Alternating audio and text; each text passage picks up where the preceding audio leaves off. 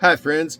Papa Dale here once again, and we are continuing to explore the Bible Nutshell series, one Bible nutshell at a time. These are the important doctrines and teachings of the historic Orthodox Christian Church that I wrote articles about, and I'm converting them to video. The purpose for doing this is twofold: to give a body of content for the Christian church to edify and build them up in the knowledge of our Lord and Savior Jesus Christ. And secondly, to create a body of content, a legacy, as it were, that after the rapture of the church, which I think is going to happen real soon here, the Holy Spirit can direct folks to this content, folks that might want to know more about the Bible, but all the Christians are gone. Who's going to teach them? And so this body of content will be a solid anchor that they can look to for teaching historic Orthodox teaching and doctrine about the Bible and about who Jesus Christ is. Well, who am I?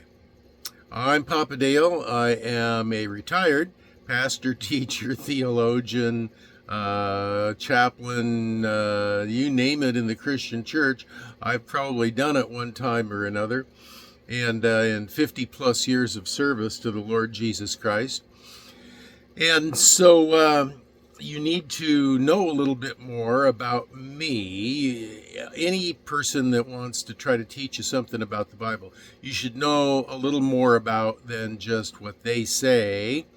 You should investigate them a little bit, know a little bit about their educational background, what churches they served in or what organizations they served. How do they validate their ability to teach the Bible truthfully? Well, one of the ways that you determine that is to compare what they teach with what's in the Bible. So that means you need to read the Bible. So, I've created a video a little bit about my background. It's titled Intro to Papa Dale, video number 0 on this playlist, and you can look up that. So today's lesson it's a good one. It's one everybody gets excited about. It is prophecies fulfilled. And so let's just jump right into it here. Bible Nutshell, number 110, Prophecies Fulfilled. More than 300 prophecies are predicted in the Bible about Jesus. All have been fulfilled or are being fulfilled on schedule. Most were predicted 7 centuries or more before he was even born. Here are 10 of them. Number 1, Messiah's birthplace, Micah chapter 5, verse 2. This is a prophecy about the Messiah being born in Bethlehem, fulfilled with Jesus being born there. Number 2, the virgin birth, Isaiah 7:14. This is a prophecy about a virgin giving birth to a son who would be called Emmanuel, or God with us, and is fulfilled in the birth of Jesus. Prophecy number 3, the triumphal entry, Zechariah 9:9. This is a prophecy about the Messiah entering Jerusalem on a donkey, fulfilled by Jesus on Palm Sunday, just days before his crucifixion and resurrection. Prophecy number 4, betrayal by a friend, Psalm 41:9. This is a prophecy about the Messiah being betrayed by a close friend, fulfilled by Judas betraying Jesus. Prophecy number 5, crucifixion details, Psalm 22. This is a prophecy that contains details of the crucifixion fulfilled in Jesus' death. Prophecy number 6, resurrection, Psalm 16:10. This is a prophecy that the Messiah's body will not see decay, fulfilled in Jesus' resurrection on the 3rd day. Prophecy number 7, pierced hands and feet, Psalm 22:16. This is a prophecy that describes the Messiah's hands and feet being pierced. a clear reference to the crucifixion. Prophecy number 8, Gentile nations turning to God, Isaiah 49:6. This is a prophecy about the Messiah bringing salvation to the Gentiles, fulfilled through the spread of Christianity. Prophecy number 9, Israel's restoration, Ezekiel 37. This is a prophecy that describes the restoration of Israel, fulfilled in the reestablishment of the modern state of Israel. Prophecy number 10, outpouring of the Holy Spirit, Joel 2:28 through 32. This is a prophecy about the Spirit being poured out and fulfilled on the day of Pentecost in Acts chapter 2. Now, consider this. Anybody can say anything they want. In the future, you've got people like Nostradamus or Gene Dixon, or I don't know who the psychics are modern day. But those are some that I knew from my educational background and also from my youth.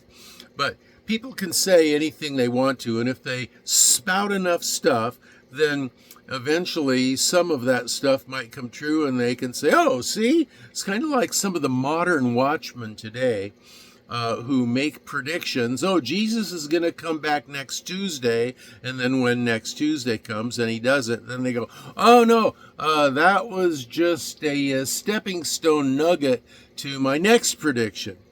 Yeah, people can say whatever they want, but here's the thing. The Bible is a record. It's in print. It's in writing that dates back hundreds and hundreds and hundreds of years, century back in time. These prophecies were written down.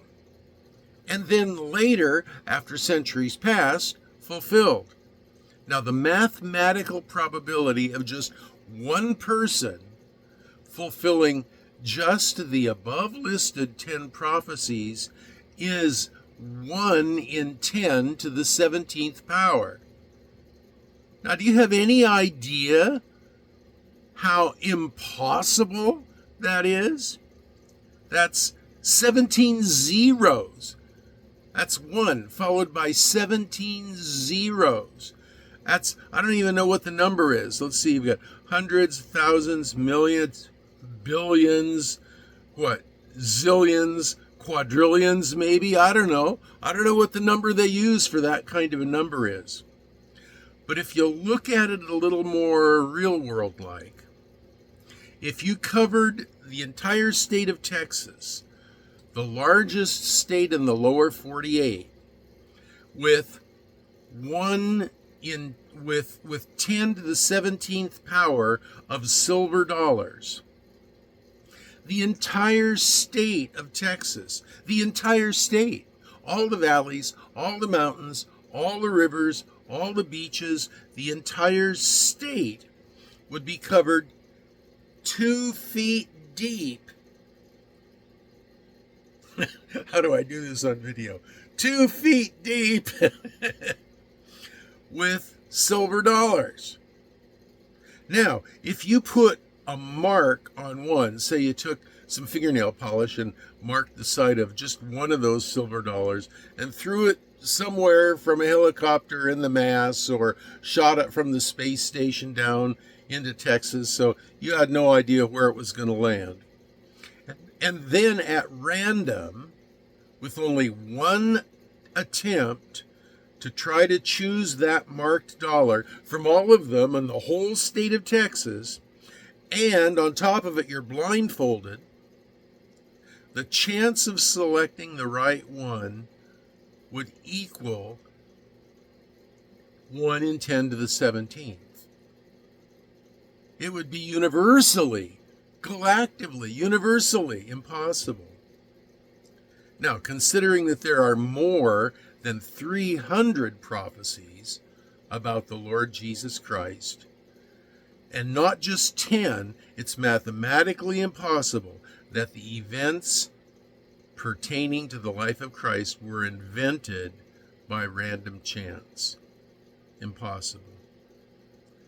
So now, here's a list of 52 more prophecies about Jesus predicted hundreds of years in advance. There are a few of them that duplicate the 10 that I detailed out earlier. But I'm going to go through them really, really quick, but you'll be able to look them up more slowly in the nutshell notes and the lesson notes.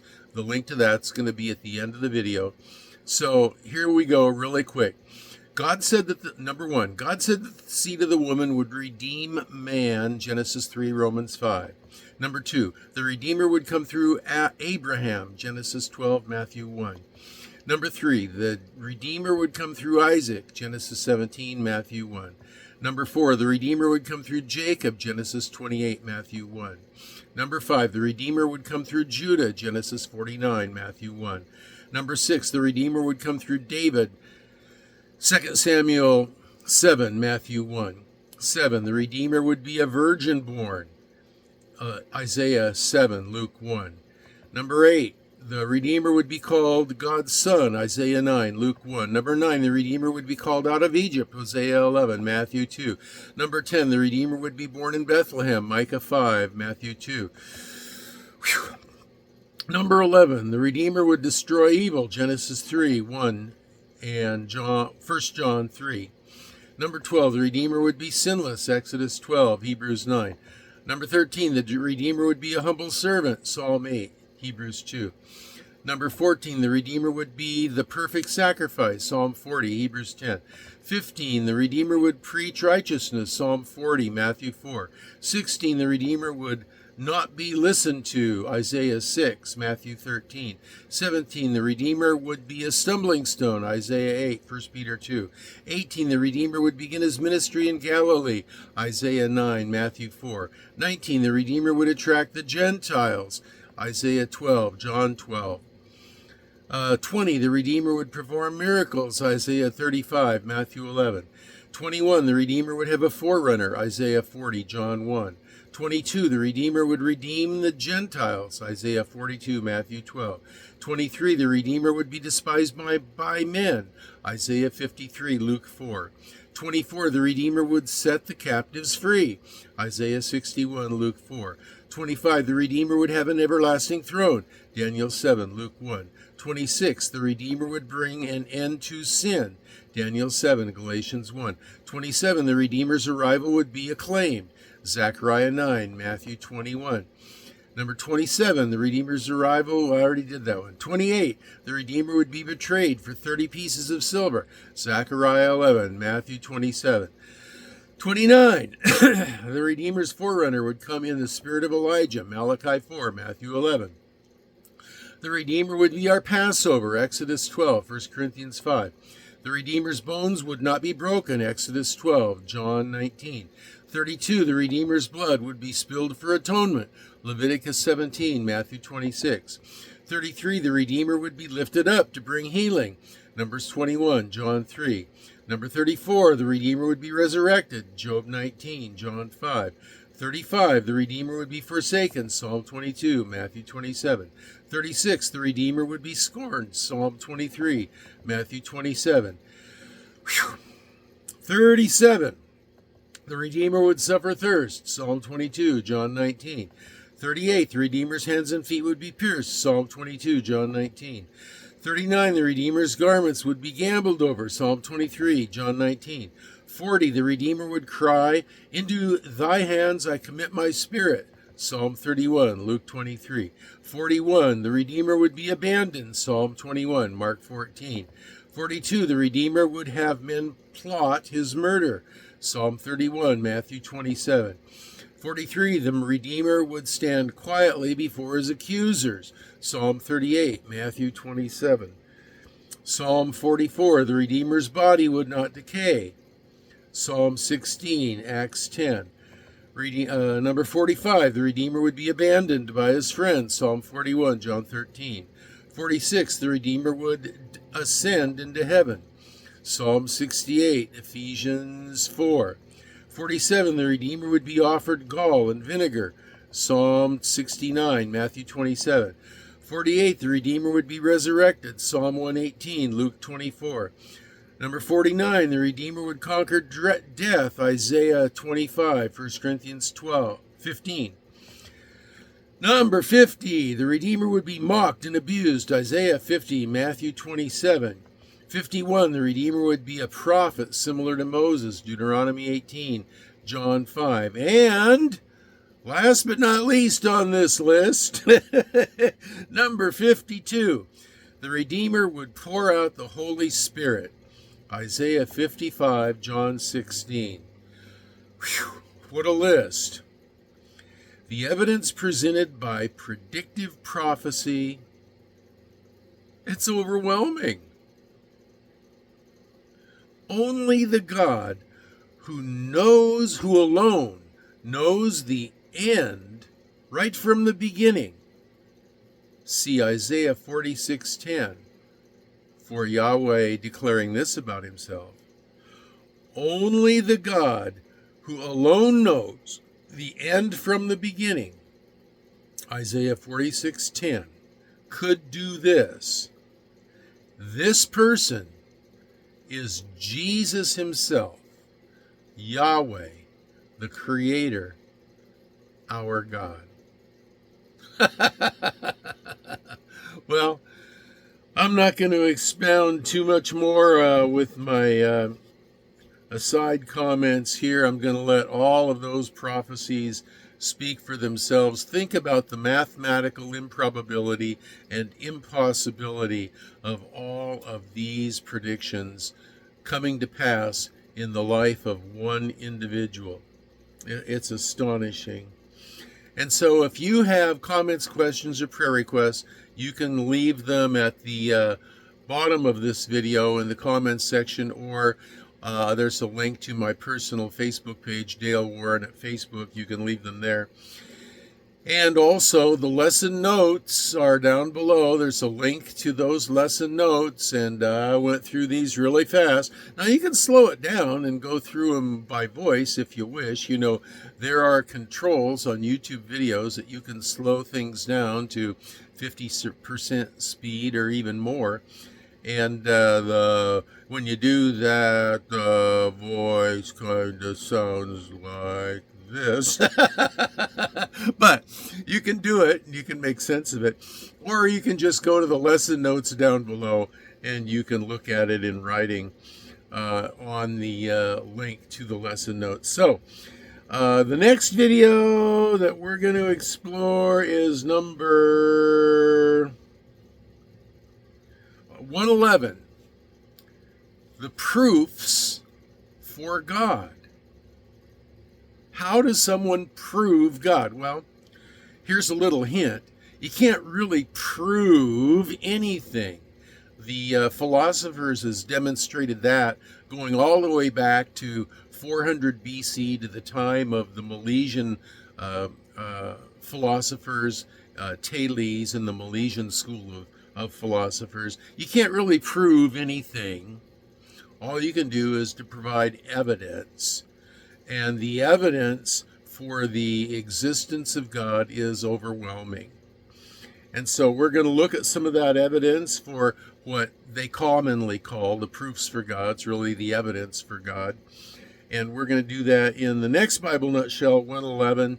And so until I see you then, this is your old pal, Papa Dale, saying, you know what? I'm going to pray for you, that you be well, and that you be blessed.